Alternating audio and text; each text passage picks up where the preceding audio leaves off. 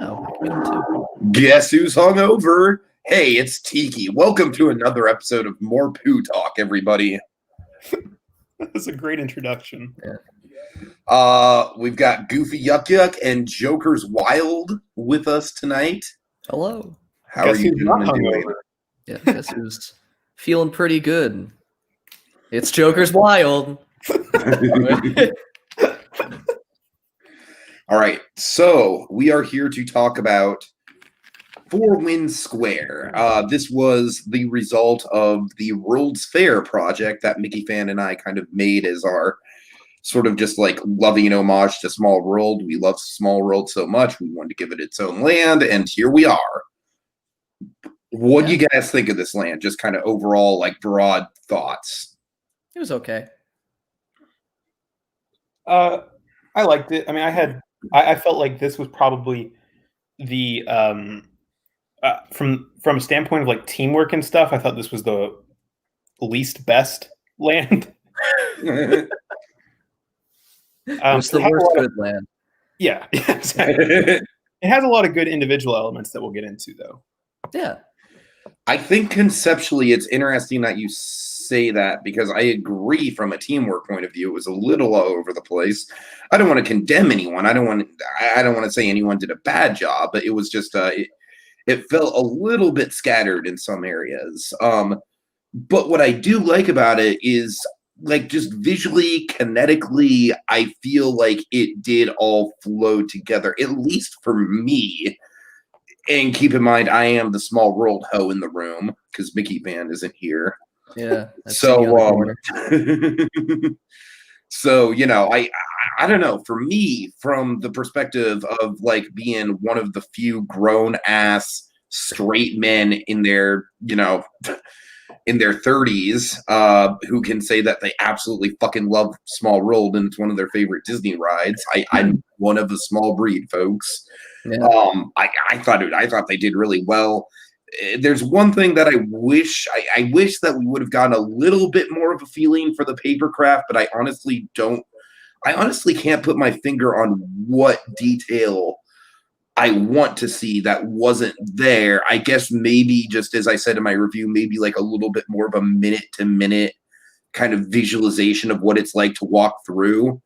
But for what it's worth, I think there's a lot of good stuff here, and we'll get into it.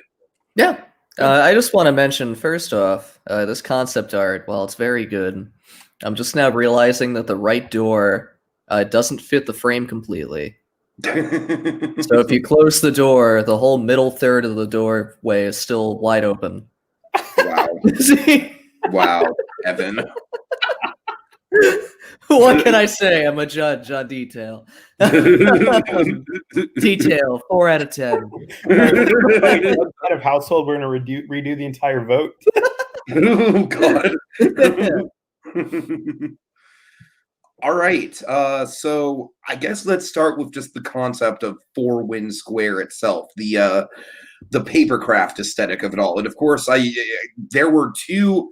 I feel like this is probably where most of the miscommunication came from. The fact that this was definitely the most divisive round yet in terms of which direction to go, because it was very clearly like about half the people wanted to do Chicago World's Fair, about half the people wanted to do papercraft. It was very split on that end, much more split than we'd seen originally. Yeah. Right. Yeah, to that, like, I think one of the biggest issues of this land is that they didn't really commit fully to a theme. I know the image was Photoshoppy. Well, it's cool. I just thought it was funny. I lost my train of thought. Yeah, I know that they were, like you said, there were some people who wanted World's Fair, some people want papercraft. But I think that if the team fully came together to commit to papercraft once it was voted on, it would have been more successful, at least aesthetically. Yeah, I think that this, like you said, it does struggle. Like I said, whenever in my review, I said it struggles from an identity crisis, because it's like you can tell there are certain places where the papercraft theme really shines through, and then there are other places where it's like non-existent. Yeah. And that inconsistency makes me feel like, well, this land's theme is really hard to pin down because I don't think it's fully papercraft. It's not. It just felt like, I don't mean this in a bad way. It felt like generic Small World with one ride that was papercraft. Right, Yeah. right. And to me, generic Small World isn't necessarily a bad thing. And Oh, no, doesn't- I just Right. said that. It's not a bad thing. Right. But I know. In the when context the theme of was, this. yeah, when the theme was papercraft, it's, yeah. I hear you. I hear you. All right, so let's move on to some of the individual components. If you Okay. don't mind. While I'm scrolling, I will say as well that I don't think this land needed to be indoors. Was it all indoors? It was mostly indoors. Okay, because this was something else I said in my review, that it started out where I was like, it made it seem like it was all indoors, and then different elements like the garden and stuff, I was like, wait a minute, is this outdoors or is this? Yeah, from my understanding, like 90% of it's indoors, and I think the Gardens of Unity are outside because they're right here in the description. Oh wait, which you can't see because it opened a new window. The description for the outdoor description has the Gardens of Unity, and I believe that everything else is indoors. But moving on to the attractions, because that's one of the things that you can see. Soaring Over the Four Winds, I thought it was fine. It was a good flat ride. I love the design. This is inside. Actually, that's a great question. I think this is inside. But all the concept art has clouds. That's the thing that threw me off, is it's all like outdoor concept art. And it looks more like an outdoor attraction, too, with the Tower of the Four Winds. I will say this is like I like using the Tower of the Four Winds as a flat ride. Like I agree. Perfect idea. Yeah. However, having said that, I would have appreciated this more if they would have come up with a different ride system and not just Flix Flyers 3.0. I mean, whatever. They don't have to make a new ride system for everything. I thought it was. I mean, I don't know. I'm kind of mixed on it just because I feel like I like, to me, I'm still a little bit bitter that Inside Out, just like that's the ride they get. It's just that when they could have done an emotional roller coaster or something like that, you know. But It's a Small World has a full 2 attractions. So It's a Small World is still getting its representation. All right. I think that for a kids land, this is perfectly fine, personally. All right. Yeah. I agree. I like it a lot. I think that the only odd thing about it, like you said, is it doesn't really feel like an indoor attraction. Yeah, I don't know if it is or not. Dude, I got to tell you, indoor flat rides, like flat rides at malls and stuff, there's something about it that rubs me the wrong way. I don't know what it is. It's weird. A lot of malls where I used to live had like merry-go-rounds. Yeah. I think merry-go-rounds make more sense, but like, for example, Garrett and I visited this mall in Buena Park that has like a kiddie coaster and like 2 spinny rides, like That's weird. That's really weird. Huh. I know there's the Toys R Us in New York City that had a Ferris wheel. That thing is iconic. Yeah, that was awesome. Yeah. Then it depends on where you go. Some places have them. Some places it feels like cheap or cheesy. I'd like to point out that as we're going through this, I am trying to scale Tall Mountain, and it is a bitch. Why don't you fully commit to the podcast, Tiki? Because I'm hungover. Moving on, we got stories around the world. More Pooh Talk for you.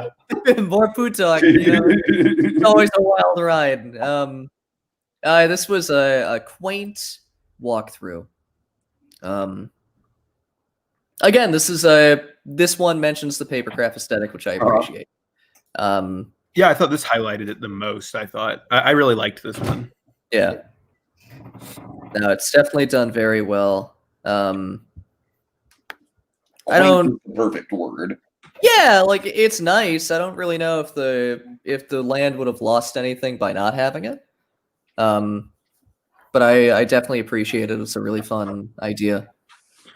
Yeah, I agree. I mean, I said in my review the way that I thought about it was that it's not something that's necessary, but it's like, well, especially in this case, because the theme is papercraft and there's not very much that actually pushes that theme. It's necessary in that sense, but I like the little unnecessary additions that just like round a land out, because this is like walkthroughs aren't something that we've seen tons. Yeah. And it's nice to see that get appreciation even in like a blue sky prompt, whenever that could have been a roller coaster instead. That's something interesting that Dash has been focusing on too, because I think this is like at least his second walkthrough that he's done this season. Mhm. Yeah, I really like that attention. Honestly, I really do admire people who use that kind of strategy of doing one thing but doing it really well. Yeah, absolutely. I feel like that could, like, I don't know about this sort of game, but definitely in So You Want to Be an Imagineer, people like PL7764 come to mind. Where Yeah, remember that? Remember him, everyone? What? No, nothing. What did he do? He basically just kind of like did like really good sort of finishing touches on projects. Yeah. And then Snoopy was the flat ride guy. Snoopy made so many great flat rides in season 10, and that pretty much gave him the win. Yeah. Anyways. Then I could do it all. I'm sorry. I'm sorry, that was a joke. I promise I don't have an ego. Before we move on, we do have confirmation from Pergeron that the Four Winds ride is outdoors. So then what's indoors? Most everything else. Yeah, okay, I'm going to need Pergeron to confirm for each thing. This is a building inside of the main building, right? Yes. Yeah, okay. So it's like, so my understanding was that it was like a fake nighttime inside the building. Oh my god. Jokers, I've literally not ever been able to get across this fucking log. You don't have to. There's another way around it. How do I get around the fucking log, Jokers? Look it up. I don't remember, but it's pretty easy to find. Like the shy guy. Fuck this shy guy. You know the wall where all the cliffs are and the red coins? Yes. Climb that, and the path above that should bring you around it. All right. I don't want to get too distracted. I didn't do it once. Making my Mario 64 playing a running joke in the podcast. Okay, yeah. So the Four Winds ride and the gardens are outdoors. Everything else is inside. But that kind of drives home my point of this not needing to be an indoor land. Yeah, I don't really understand what's gained by it, to be honest. I agree. I think with a lot of the stuff that they've done, they've really pushed this outdoor aesthetic, like like outdoorsy wooded areas and everything. And I think that would have worked well here as well. With pushing the Garden of Unity into being more of like the landscape for the rest of the land. Absolutely. And like, honestly, this is like the nitpickiest of nitpicks, and it's really not a big deal. But I feel like they focused too much on having this placed between Tomorrowland and Fantasyland. Like when I saw this prompt, when I thought of like what to do initially, I thought of putting it behind Fantasyland. Before they had a massive Fantasyland. Sure. Point being, there were a bunch of places this could have gone, and it would have fit very well. Instead of having to like try to fit it between lands and then put it indoors to facilitate that to make it flow better. Right. I don't know where that idea to put it between Fantasy and Tomorrowland came from, but it sort of feels. I think they just assumed. yeah, because I mean, it seems like that would have fit a lot more with the World's Fair idea that they had. Exactly, and I think that's why honestly, I think I love everyone. I think the name of this project was flawed because it made people think too much of World's Fair as a World's Fair. That's a solid idea. Yeah. But yeah, like it's a flawed prompt. No, the prompt isn't. It's just the title.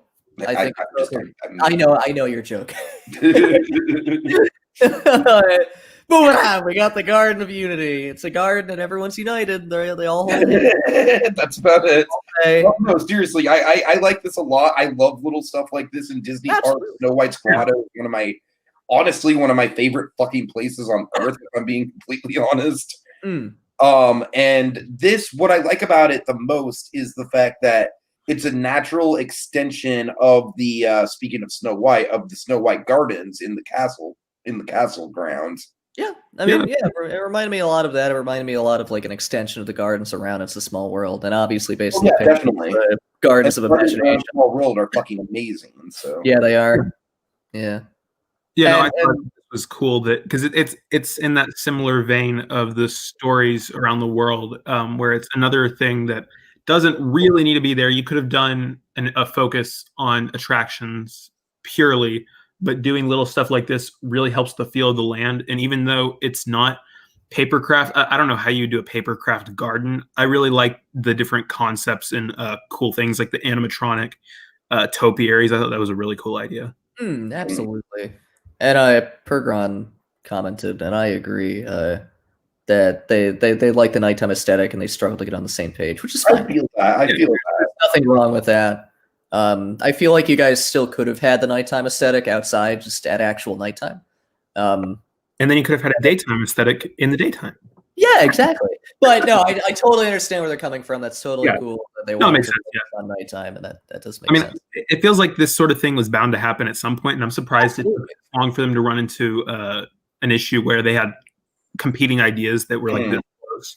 Yeah, shit happens. But you guys, and just to speak to that point though, like with Tomorrowland, I feel like it's literally the quickest that they've gotten on the same page about something. I don't know. I feel like they've been doing that pretty steadily because they did that with Fantasyland too, where they were like, "Yeah, this is what we're doing." Like the day of. Harbor Town was pretty quick as well. Yeah. But yeah, by no means is this a bad project. Like this is very good. It's my second favorite. Good comment. Harbor Town for me personally. Yeah, shit happens. Yeah, you can't always get everything together. Small World Ho, so that's you're right. I know you're just favorite. Yeah. I like that comment from Pergron. Our park is so big, one side of the park is day while the other is night. It crosses time zones. Pretty good.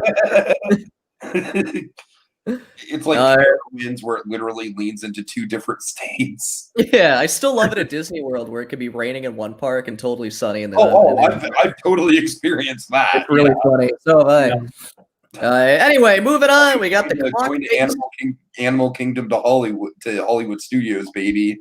Animal Kingdom was sunny, and then Hollywood Studios. I'm like, oh, what the hell? Yeah. Anyway, we're moving on. The clock swing. This was a lot of fun. I enjoy the concept. For this. I do think it was right to put it inside instead of outside. That being said, again, super small nitpick. I think the ride system would have been better served for like like those pendulum swingers. Are you talking about streaming swings? No. Oh my god. I don't. No, not at all. Not at all. Okay. I forget the name of the ride system. There's one at Six Flags New England, and it's called Tomahawk. But it's like a circular platform that you sit on. The cars, the seats are like all around it, and it swings side to side. Point being, it would look like a clock, like a clock pendulum. You're thinking of Hus Frisbee. Look up Hus Frisbee. Yeah, that's absolutely what it is. It's a Hus Frisbee. Okay. Yeah, but it would look like a clock pendulum, and that'd be perfect. Yeah, the problem with a Hus Frisbee is that a Hus Frisbee is kind of like on the more intense side when it comes to flat rides, and it's kind of a motion sickness nightmare. That's fair. Yeah. I mean, I liked this. I mean, it was another simple flat ride, like the Soarin' with the Four Winds. And I mean, I like seeing that difference of levels of stuff with the flat rides. Yeah, I thought that was a cool idea, and I liked using the original Small World boat as like the boat that you're in.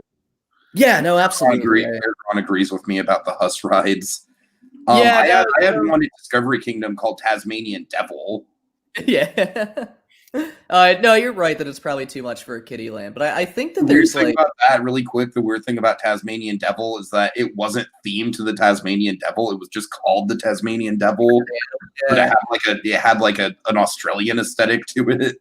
Yeah, I think that there are other versions of the ride that look similar that are better for kids. But I would have to look. Yes, but I still think the spinning on a Hus is just intense, even if it is a kid's ride. Well, no, I mean, I think there's models that don't have the spinning. Oh, really?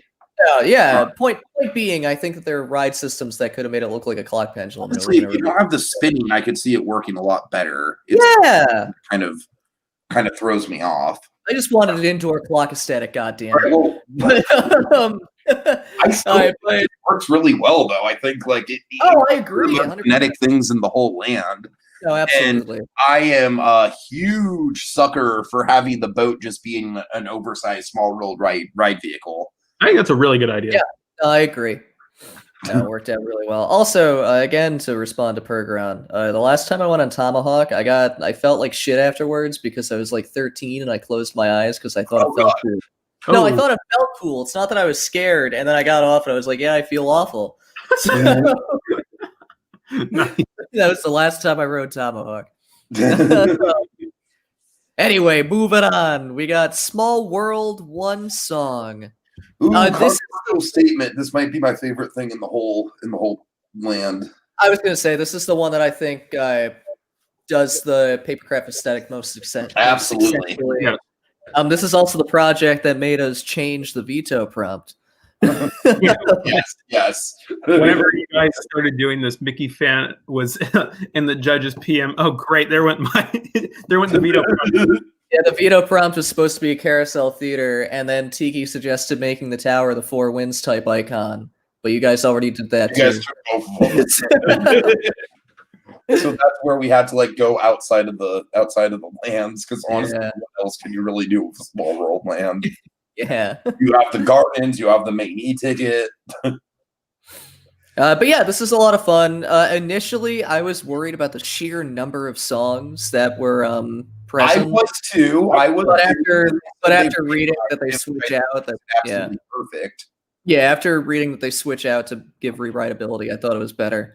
One question I do have, since Pergeron is here, when you have John B. Sales, do you mean Sloop John B? Because I looked it up because I was wondering if there's a different song by that, and all I could find was Sloop John B. Doesn't matter. I'm just genuinely curious.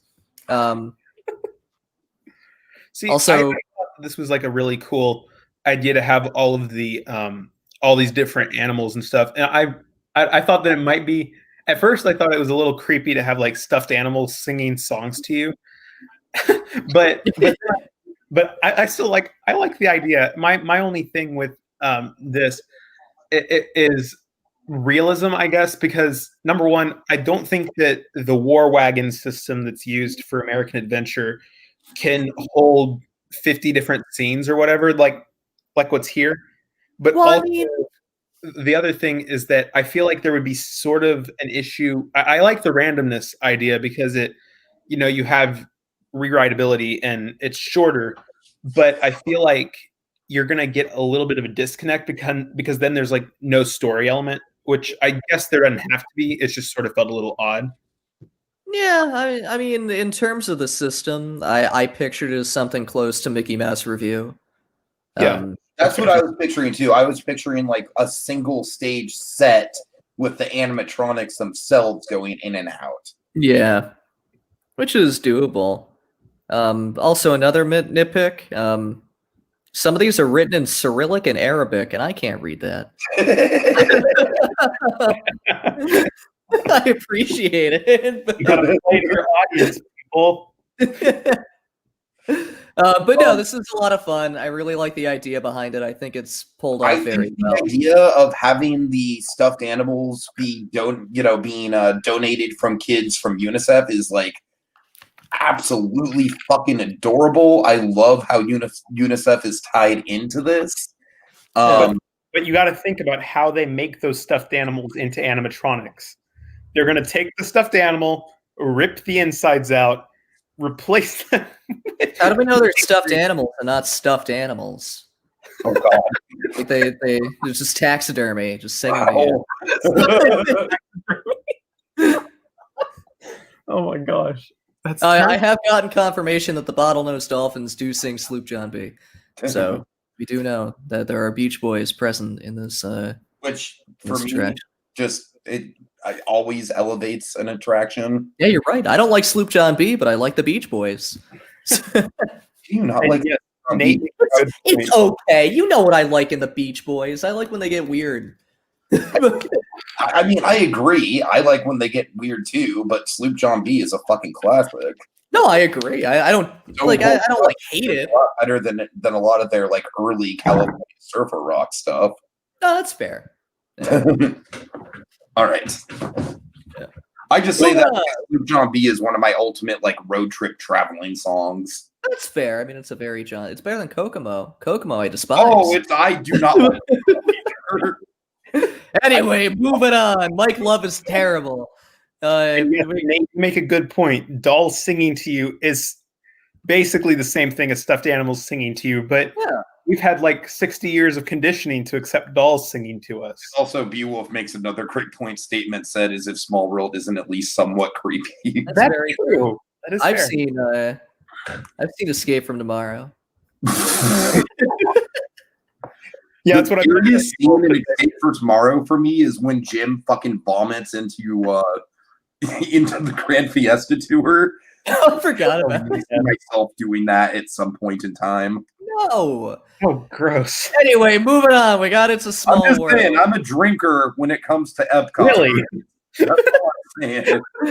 I'm a drinker. I'm a End of drinker. comments. Yeah, I'm a drinker, period.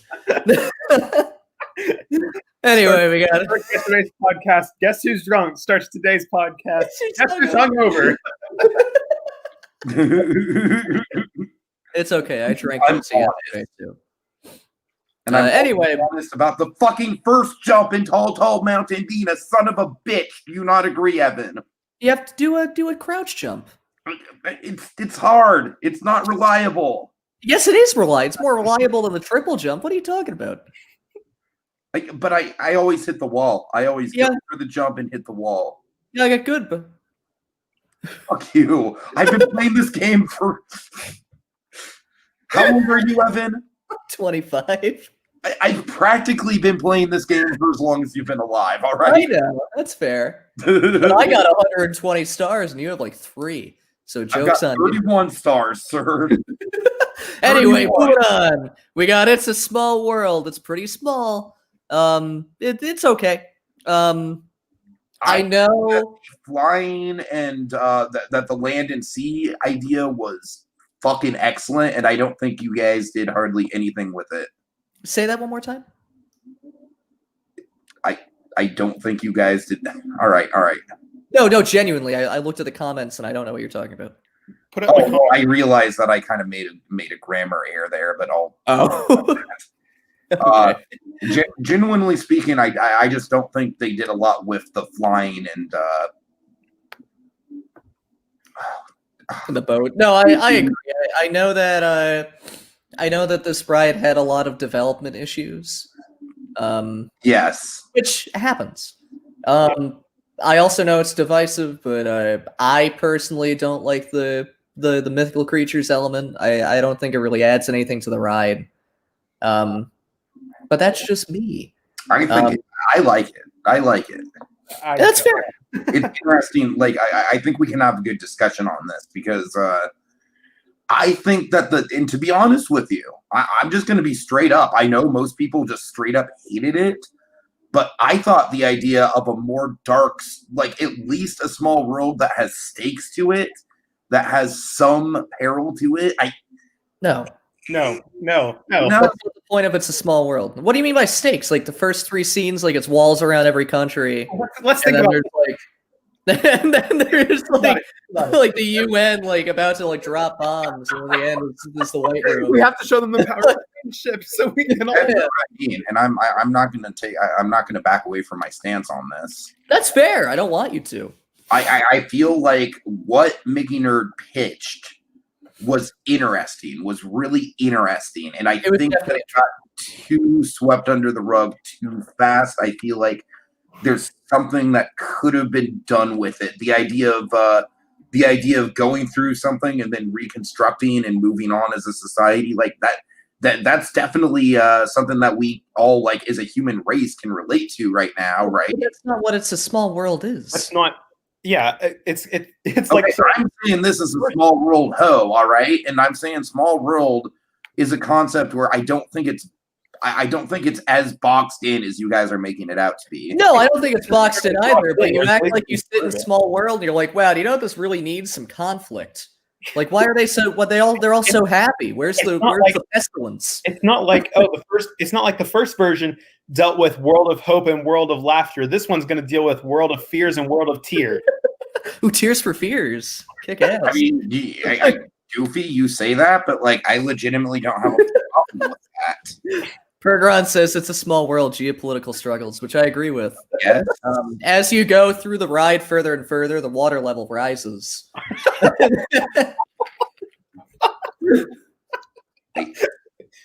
All right, I'm just gonna be the crazy man on my little island here. No, you have every right. You have every right to say that. It's just we don't agree at all. Yeah. See, my thing with it is I felt, well, number one, with this concept, they didn't go far enough. So it was like this super weird mix where it was like you have all these friendly, creepy, mythical creatures. Like you got a friendly Dracula, a friendly three-headed dog. You have three-headed trolls battling Valkyrie. And that's like, that's like sort of dark, but you like try to make it super childish at the same time. And it's like, it makes it really creepy in my opinion. Yeah, that's fair. Like I am glad that you guys expanded Asia because the first draft was super short. Yeah. I still think it's a crime that there's no Tanuki, which Doug specifically mentioned. You would just have to not have their balls. Tanukis are very, very big balls. You know how we can make it even darker? So actually, story time. Pompoko. Yeah, story time. I was driving to a city like a month ago, and I passed a massive Tanuki statue, and I thought its balls were its legs until I went past it and saw tiny legs behind the balls. It looked like the Tanuki was like sitting on its knees, but it was just its massive testicle.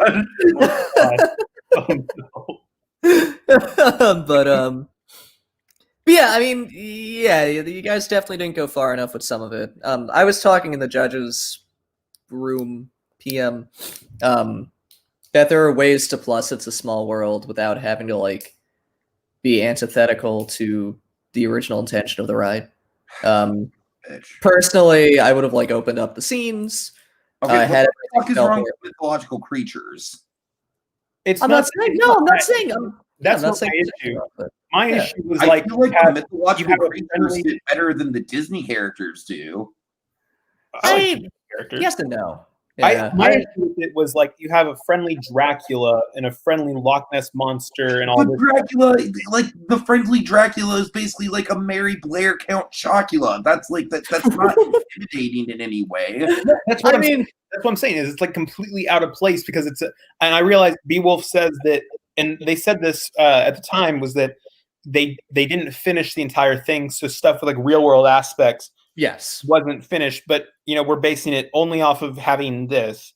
And I don't think that the mythical character, because my other thing with it, and I said this as well, is that part of the point of Small World is that it's about how normal people are similar to other normal people of different cultures. Yeah. And it's not about our mythologies are similar or whatever. And that's the thing that's lost in here, and I'm sure would have been addressed in the other version of it. But as for this, I feel like that's another thing that it missed on. It's not only, I feel like the darkness of it defeats the point of it, because the whole point of Small World is being very hopeful and everything, and I don't feel like you can have that as well with a dark. How does Count Chocula go against fucking being hopeful? I don't think anyone's saying that. I didn't say that. It's my thing that Dracula is not representative of the people of Eastern Europe, like people of Eastern Europe.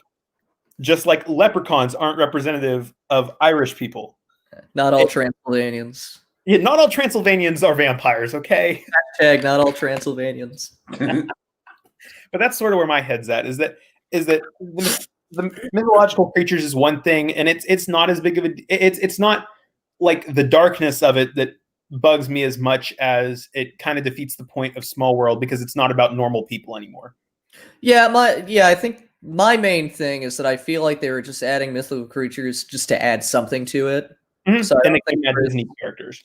Yeah, so I don't think they really like gave a point to it. They were just adding shit to add shit, which is fair, but I don't know. Like I feel like a ride like this, if you're gonna update it, would have been more successful if you were to like actually try to like melt the cultures together. Because like the old Small World is very segmented, where it's continent by continent. Sure. Until we get to the White Room, but I feel like there's ways to like, open it. There's ways to help it flow better, and there's like more effects things you can do. Can I kill the Shy Guy on the waterfall? If so, how so? I don't know. You can kill any Shy Guy. I don't know how to. Okay. But I kind of think that, and you know, Tiki mentioned this, that Small World is not something that's super boxed in, but because there's like the sequence of the attraction, if I remember correctly, is the same as the sequence of the regular attraction. It's just with, like, they even have the White Room at the end. It's exactly just with throwing in this stuff. And like I said, I know that there's stuff that's left out, but even then, I'm not sure how much of it would have been that different, because it's like we're going to take the exact same sequence from the original It's a Small World and make it darker somehow, without, you know, any real explanation or change in story at all. And I think that's the biggest issue. I know that there were some issues, a lot of issues, getting the project finished properly. Right. But I feel like there should have been a little bit more brainstorming to work at those kinks in the first place. Yeah. Which again, shit happens. It's fine. It's not a problem. Right, yeah, exactly.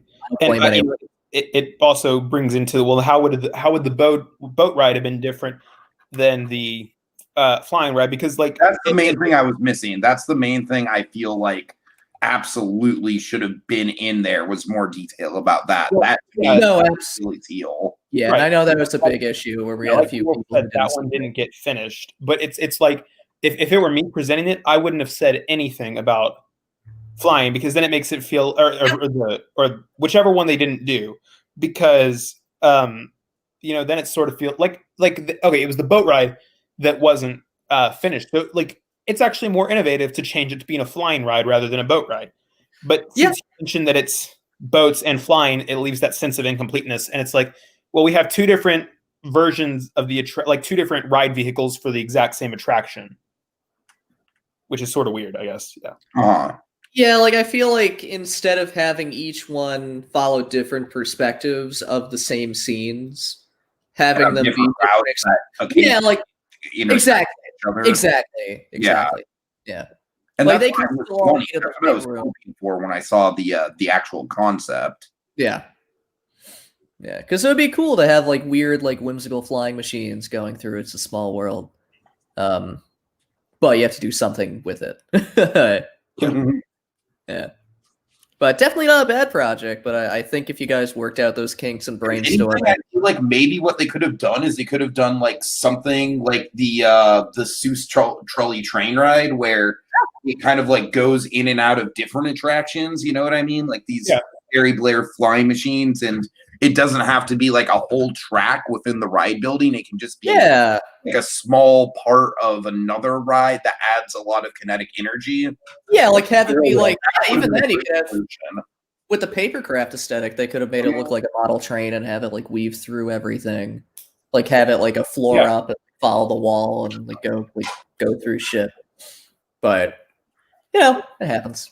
Not a bad project. I think there just could have been more stuff worked out in brainstorming. And of course, if everyone submitted what they needed to. Yeah. Moving on. What we got? I think we just have dining next. Dining and retail. All right. I think this was, for me, kind of a home run. Yeah, I really enjoyed it. I really like the choices for the menu. Mm-hmm.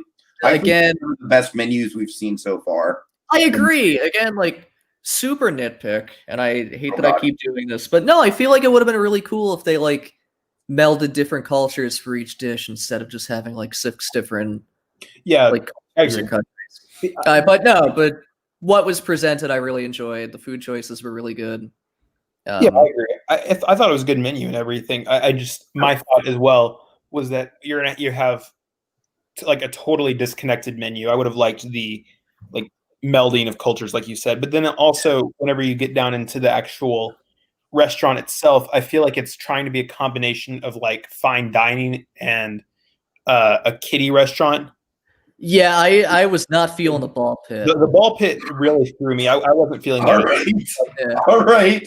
I'm going to be What? contradictory once No. again. All right. No. I like the ball pit, motherfuckers. Why? Because kids can do fine dining too, god damn it. Yeah, they Isn't it can. better? I don't know. It was pitched as a successor to Blue Bayou, which is a nice restaurant. You've never been to the And Blue Bayou Ball Pit? in the middle of it. You've never been to the Blue Bayou Ball Pit? It's amazing. It's so cool. Okay, Evan, oh god, there was one convention that has like a meme about the ball pit. Oh, DashCon? Yes, DashCon. Yes. Yeah. If the kids eat their vegetables, they get 5 more minutes in the ball pit. I feel like the Blue Bayou ball pit is the fucking DashCon ball pit. It's just like stashed away back in the kitchen somewhere. They hide the ball pit in Club 33. Exactly. But no, I really like the idea of the restaurant. I think the menu's great. I think the aesthetic's great. The ball pit just feels really out of place to me. Yeah, and I understand. Ball pit be better in its own room. I don't Yeah, know. no, I think the ball pit would be better served as its own like attraction outside of a restaurant. Yeah, like make Like it instead of a splash pad, make it like a ball pit. Yeah, or even if they did like one of those like those things that like I don't want to say Chuck E. Cheese, but like those big like play areas that are like you can make a theme to the buildings and it's a small world and like kids can climb around and do shit. Yeah, that's a good idea. I think it's just like the whole, and we're gonna the boat parade is down here below. I think this has enough elements to appeal to kids without needing to put a ball pit literally in the middle of all these tables. In this area that's pitched. I mean, even the name of it, Blair's, it sounds like a fine dining place. Yeah. Even if you did something like, I'm sorry, finish what you're saying. No, I was gonna say it just feels super out of place. Yeah. Even if they did something like made the boat parade like a thing that kids could control the boats, like Casa Bonita. Something like that like would have fit better and still give kids something to do because they can't sit through a 45-minute meal service. Yeah. Okay, you know what? I will get on your guys' page a little bit because it's like we also have the placemats that you can color on, and I feel like that would probably be more than enough to hold kids' attention. And why do we even need the placemats to begin with? Yeah, exactly. You're acting like kids have no attention spans. For me, there's something like as someone who's very much a kid at heart, but still also appreciates fine dining, I like the creative kind of contradiction of the ball pit. But, I mean, I like the idea behind it. I just don't think the restaurant needed it. I hear you. Yeah. Maybe they could have done like a quick service with a ball pit. Yeah. Yeah, something like that. Yeah, I mean, there's ways to do it. I like I said, I think if they were to do it, it should have been its own separate and expanded attraction. Mm-hmm. And what about a section of tubes that goes into the Small World show building? I think that's too much. That's too much. Yeah. All right. It's not a bad idea. But I'm just picturing the Small World show building with like a train and flying crafts and crawling children through a tube. Yes. Goddamn right. I don't know. We got trains, we got boats, we got child tubes. The whole 9 yards. Every mode of transit addressed in It's a Small Land. You put the tubes underneath the water, so you only see kids, you see kids crawling. If you look at it. That's horrifying. God. Anyway, I thought this restaurant was really good. I like the menu. Yeah. It felt ever so slightly disjointed, but that's not a bad thing. Again, that's a nitpick. What the fuck is a grunt? Ace, I know you're not here, but if you watch this, please tell me what a grunt is. That sounds terrible. I don't know what that is. Get a Canadian man with a blue beard out. It comes in your face. Even dumplings cooked in blueberries.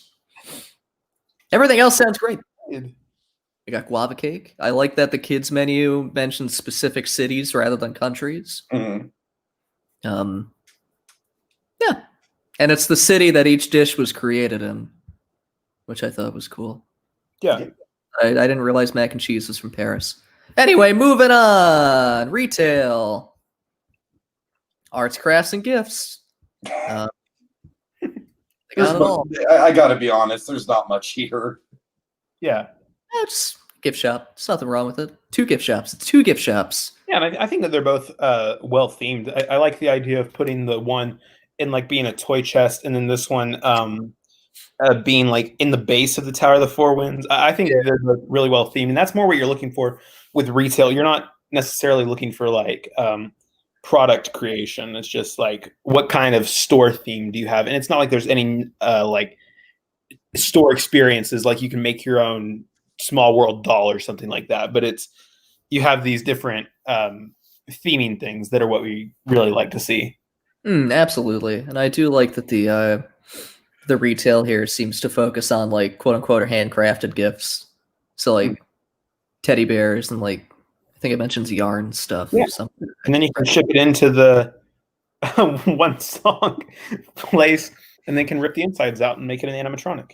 Yeah, it's great. It's perfect. It's a perfect idea. But yeah, the placements are really good. The retail, like the actual items, sound good.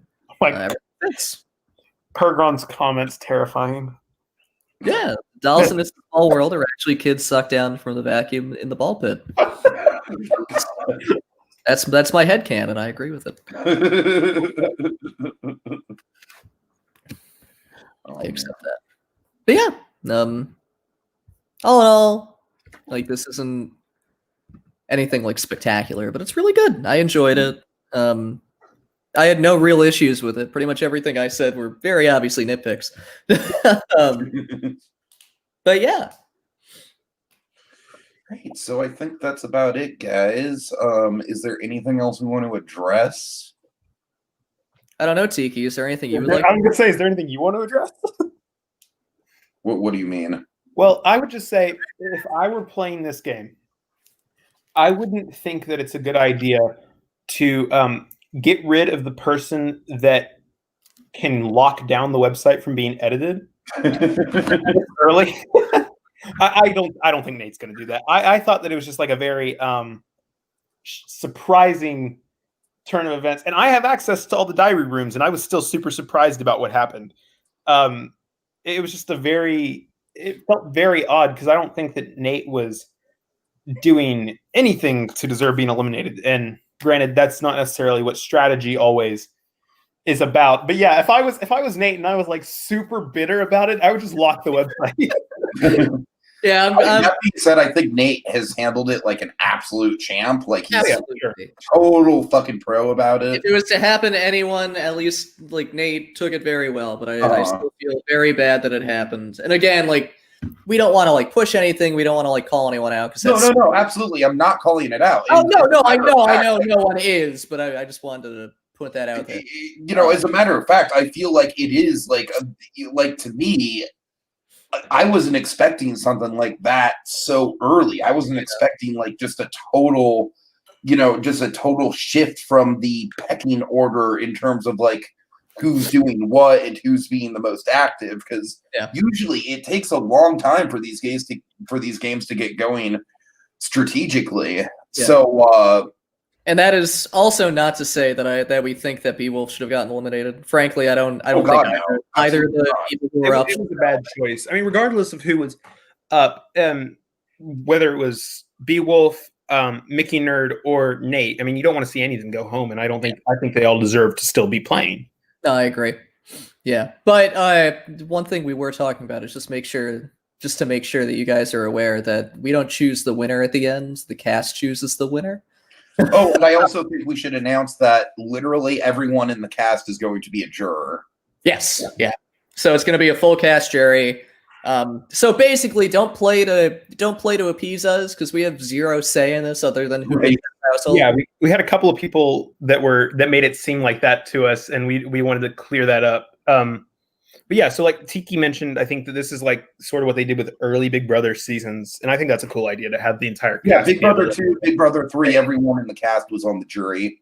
Which is great, and I agree with that. But this game is pretty self-sufficient. We're basically just here to watch and to shit on you twice a week. Yeah, I mean, we're basically here. Yeah, that's exactly what we're here for. We just talk about your projects, and then we choose the veto and head of household people. Yeah, the most we do is sometimes we suggest it to people who they should eliminate, but they haven't followed. They haven't agreed yet. Okay, well, to be fair, actual Big Brother does that, and we don't. Do they really? That's funny. We don't actually do that. Don't believe We go that. into rooms of people we like and tell them all the secrets that other people have. Yeah, I have revealed a few alliances to some people, but they haven't believed me. I just said lol JK after. They didn't respond. So I think we're good. After anything, and nobody will believe you. But no, we're not doing anything. But yeah, please remember that the jurors decide who wins, not the judges. Yeah. And like Tiki was so fond of preaching last season, jury management definitely does matter, especially whenever you're the ones that actually have the say in who's getting eliminated, rather than in So You Want to Be an Imagineer, it was, well, you have the project manager that puts two people up for elimination and the judges eliminate them. This is, you have the head of household putting two people up for elimination. In this circumstance, especially, you have Pergron saving Mickey Nerd and putting Nate up for elimination. Yeah. And then the cast voted with a majority to get rid of Nate. So then Nate has this chip on his shoulder potentially. And so that's something that I think is interesting and different about this, is that jury management becomes way more important because there's a much better chance that you're going to upset people on the jury this time around. And to speak to Beowulf, yes, you could kill us and the game would still continue. I don't know what the prompts are. The only thing you need us for is prompts and HOH. And veto. And veto. Yeah, we choose who wins the veto project. Yeah. All right. Also, Nate, yes, real Big Brother is fucking awful. It really is, man. It really is. I don't think there's been a good season of it since BB 14, honestly. You don't like Frankie Grande?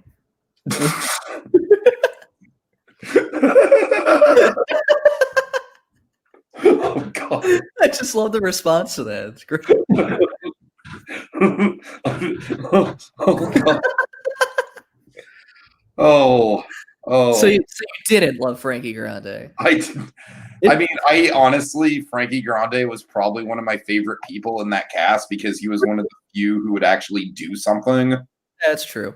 So,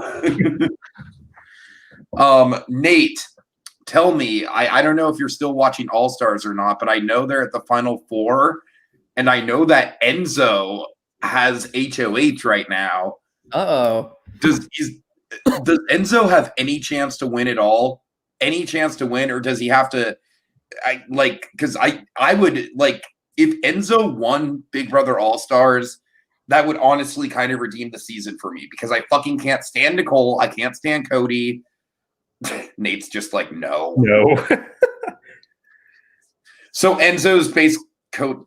Yeah, I know. I can't fucking stand Cody. And since he won first HOH, I feel like the game has just been fucking like tailor-made for him the whole time. He's literally had no opposition at all. It's fucking ridiculous.